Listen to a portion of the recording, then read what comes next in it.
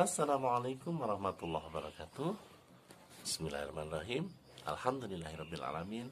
Allahumma salli ala Muhammad wa ala ali Muhammad. Jumpa lagi dengan Ustadz. Dan kali ini saya akan bicara tentang kekuatan doa. Ada sedikit cerita tentang Dr. Ihsan yang tinggal di Pakistan. Suatu hari beliau akan menuju ke sebuah kota kecil dengan menaiki pesawat yang kecil. Namun di perjalanan Allah menakdirkan pesawat itu harus menemui sebuah badai yang dahsyat. Awan gelap, hujan deras, dan petir menyambar-nyambar. Sesaat kemudian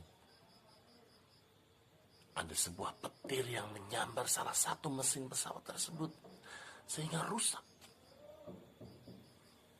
Dan pesawat itu menjadi terombang-ambing dan membutuhkan sebuah pendaratan yang darurat.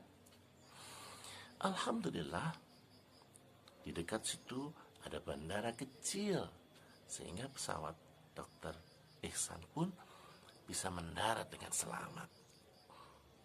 Namun tidak ada satupun orang di bandara itu yang dapat menyembuhkan penyakit pesawat itu. Maksudnya memperbaiki mesin yang rusak tadi. Sehingga Dr. Ihsan harus melanjutkan perjalanannya melalui darat, alias harus sewa mobil yang katanya bisa ditempuh dalam waktu 3 jam untuk sampai ke kota tersebut. Dalam badai yang masih sangat deras hujannya, Dr. Ihsan menempuh perjalanan darat. Dan di tengah-tengah hutan, ternyata mobil Dr. Ihsan pun terperosok di tanah yang lembek. Namun di kejauhan tampak sebuah rumah kecil yang kemudian didatangi oleh Dr. Ihsan dan sopirnya. Kenapa? Untuk menumpang berteduh dan sholat. Sesampai di rumah yang kecil dan terpencil itu, Dr. Ihsan mengetuk pintu dan mengucapkan salam. Assalamualaikum. Tak lama kemudian ada jawaban dari dalam. Waalaikumsalam. Suara nenek-nenek. Dan betul, yang membukakan pintu adalah seorang nenek. Lalu Dr. Ihsan menyampaikan tujuannya, maksudnya kenapa ke rumah itu, dan menceritakan semua kejadian yang dia alami. Dan dengan ramah, nenek tersebut mempersilahkan Dr. Ihsan dan supirnya untuk memasuki rumah dan mempersilahkan ambil wudhu untuk melakukan sholat. Setelah sholat, Dr. Ihsan berbincang-bincang dengan nenek itu dan bertanya, Nenek tinggal sama siapa?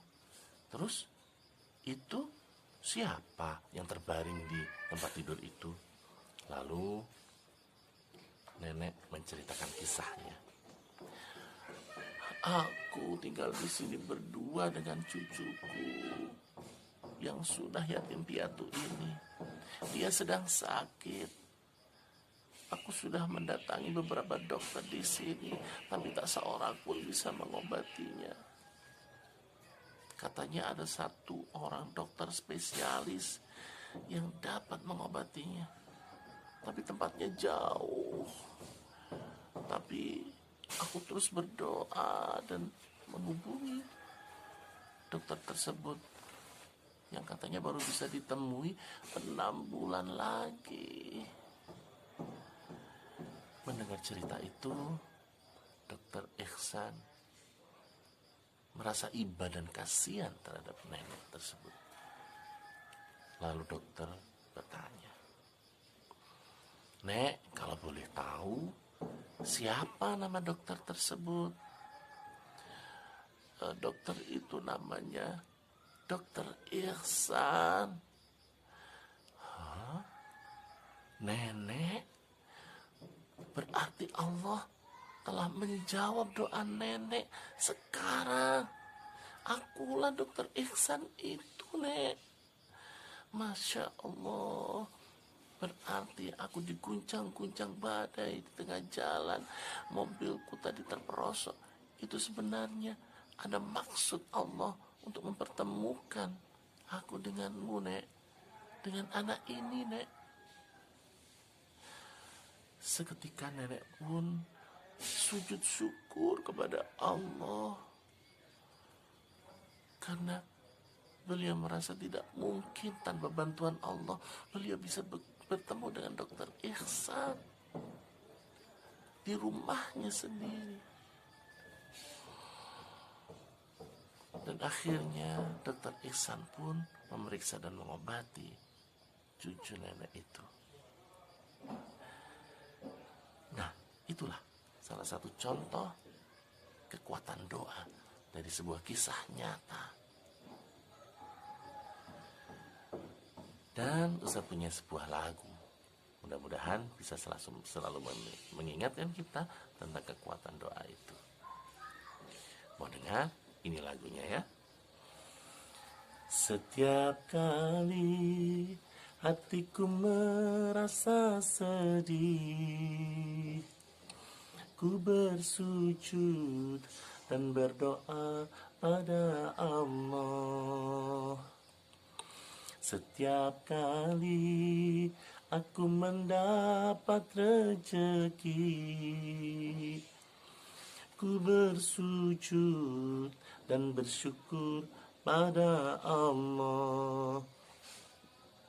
Dalam suka dan duka, jangan lupa berdoa untuk meneguhkan iman, agar tetap tawakal, anugerah dan karunia jangan membuat lupa, duka lara nestapa hanyalah sementara.